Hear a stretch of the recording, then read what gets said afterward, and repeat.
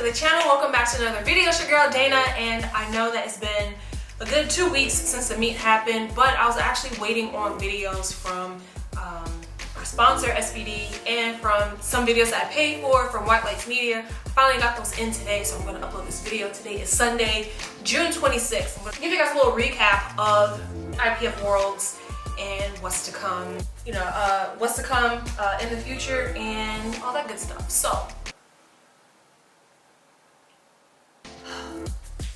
let's just dive into it.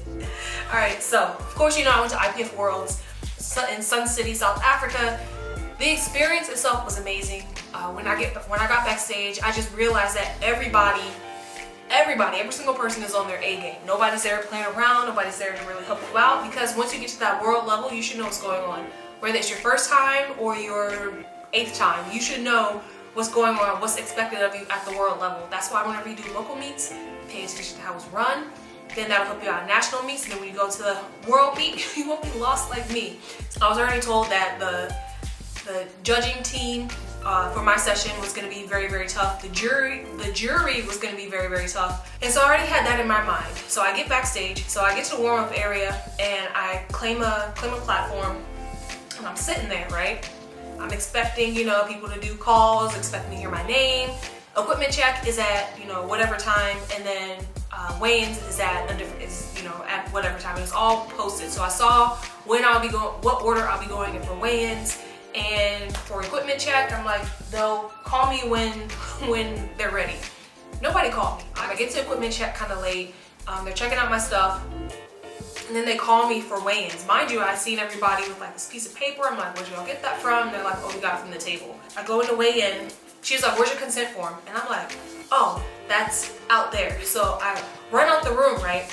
Grab the consent form, come back, and then she's like, okay, it's not filled out. I'm like, yeah, do you have a pen? And she's like, and so then she asked me for my ID, and I'm like, oh crap, that's in my bag. So I leave. So mind you, I've been in this room 3 times already. The initial time, back with the consent form, and then had to come back for my ID. So 3 times, right, with this lady.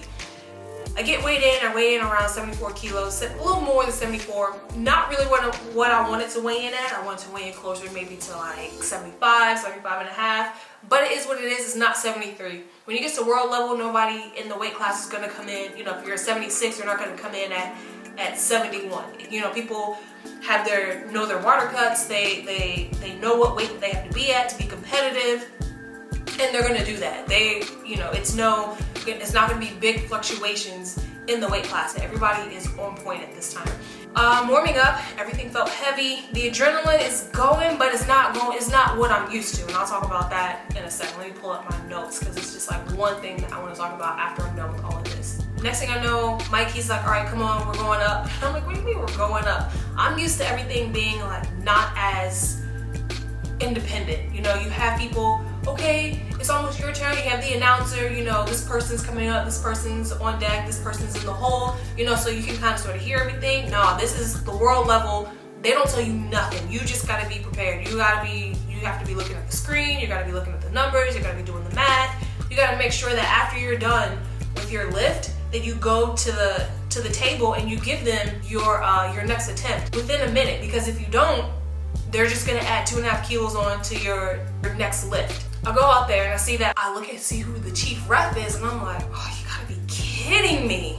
The chief ref was the lady. She was the lady checking stuff in. So the weigh-ins, the 3 attempts, they already said that she's hard, and she's seen me unprepared 3 times already. So I walk out there and I'm like, oh, it is what it is. I can't change anything now. I can't smile. I can't change her mind. She already has this impression of me.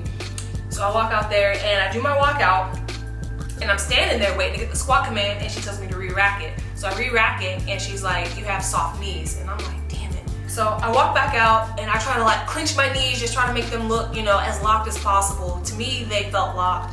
And then I squatted and I got it. So first one was good, second one was good, the third one was good, but it was kind of crazy because I squatted it and then I got to a sticking point, and I'm gonna power through this because I'm not gonna fail this lift. I have goals I'm trying to reach, trying to build a total. And I stalled out for a split second. Got a good squat, so I went 3 for 3 on squat. Go backstage for bench, And I told my handler, I'm like, look, my arms don't lock out all the way. So if you see my arms, you see how it has like this little dip in here, right here? That's, it doesn't look locked, you know. Me and my brother and my dad, we all have this. And so whenever you are at a meet, it is your job to let the refs know before the meet starts, to let them know like any sort of like body deficiencies or whatever that you might have. So something like this, where it doesn't look like my arm is fully extended, that would be something good to let them know. So with that in mind, I told Mike, I was like, hey look, I think we should tell the judges that my arm doesn't extend all the way. And he was like, no, we'll be fine, it looks locked out, or whatever. I'm like, okay. And I mean, you see, like it doesn't look like it's fully extended. So I'm ready for bench. And as I'm sitting there, I'm like, I already know, because I'm looking at my arms. I'm like, I already know what she's about to say. So she tells me to rack it, and I look at her for her direction, like, what do you need me to fix? And she's like, straighten your elbows. And I'm like, they are straight. And she was like, oh. So I got the rack command. I went 3 for 3 on bench, which was amazing. Didn't hit any PRs for bench, didn't hit any PRs for squat. Now I move on to deadlift. You know, it's my lift, but you know, warm-ups, they did feel kind of heavy. They didn't fly like I thought that they were going to.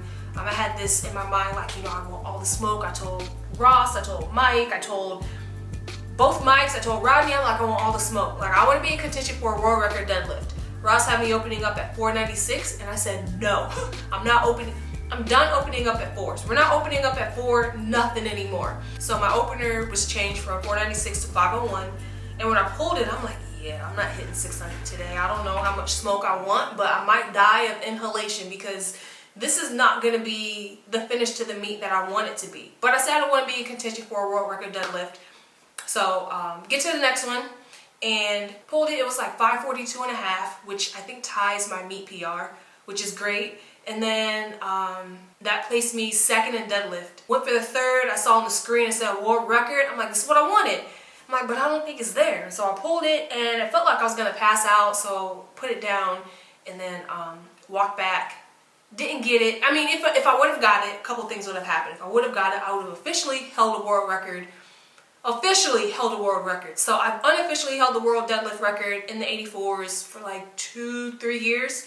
Like 17, 18, I think the beginning of 2019.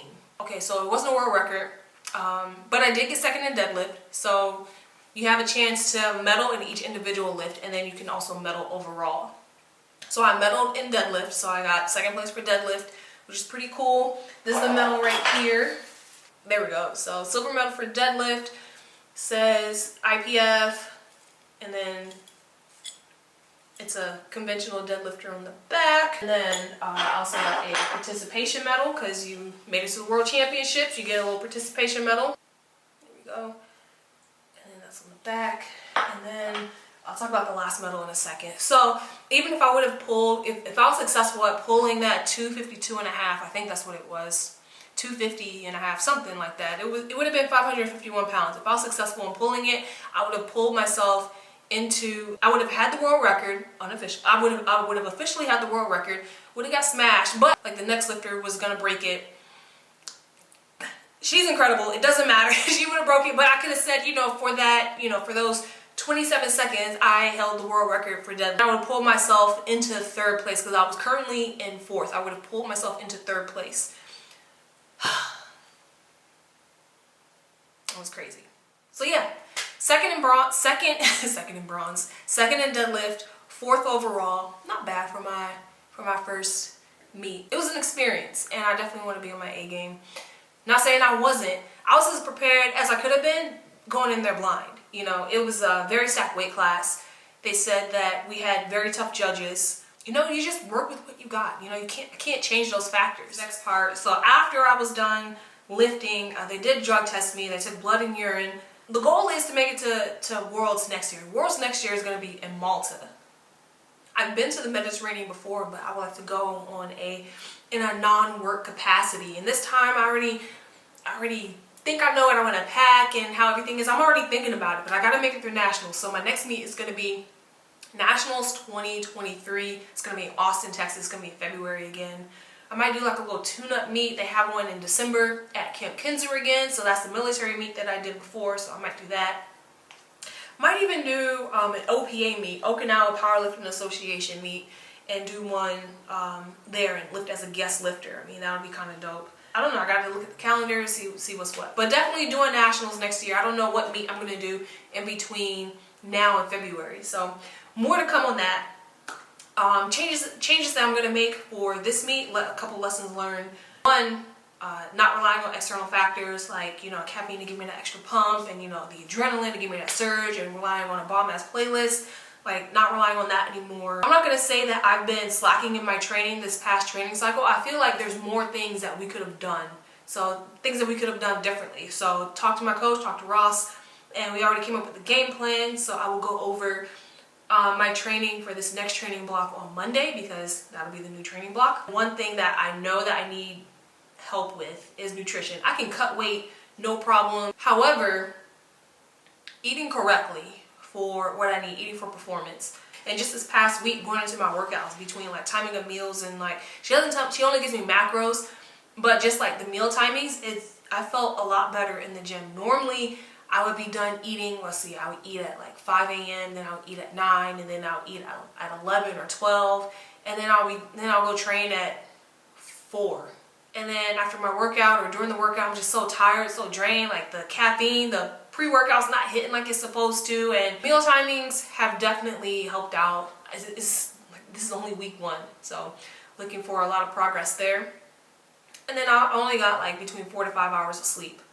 So, yeah, I've been forcing myself to get at least 5 to 6 hours. My goal is 7 hours. It just feels like I'm in bed for so long, but 7 hours is the long-term goal for getting enough sleep at night. Getting 6 hours, 6.5 hours of sleep, I have noticed I'm feeling a lot more refreshed waking up. Instead of, going so hard in the gym or going as hard as I can in the gym and just focusing on training, it's all the other factors like sleep and nutrition that are going to make a big difference and that are really going to help me with my training. So working with a nutritionist, changing up my training a little bit, and getting more sleep. So those are like the 3 big things that I'll be doing over this next year. Bigger, better numbers, and yeah, that's pretty much it. So I think that's all before my camera overheats. I just want to say thank you guys so much for rocking with me. Sorry that it took me so long. Like I said, I was waiting on other people, waiting on other media companies to give me my videos, but I'm going to post them after this. Thank you so much for watching. If you've enjoyed this video, please give it a thumbs up. Check out the other videos I have on my channel. Feel free to click the subscribe button, hit the notification bell, and follow your girl on Instagram. Thank you so much for watching, and I'll see you in the next video.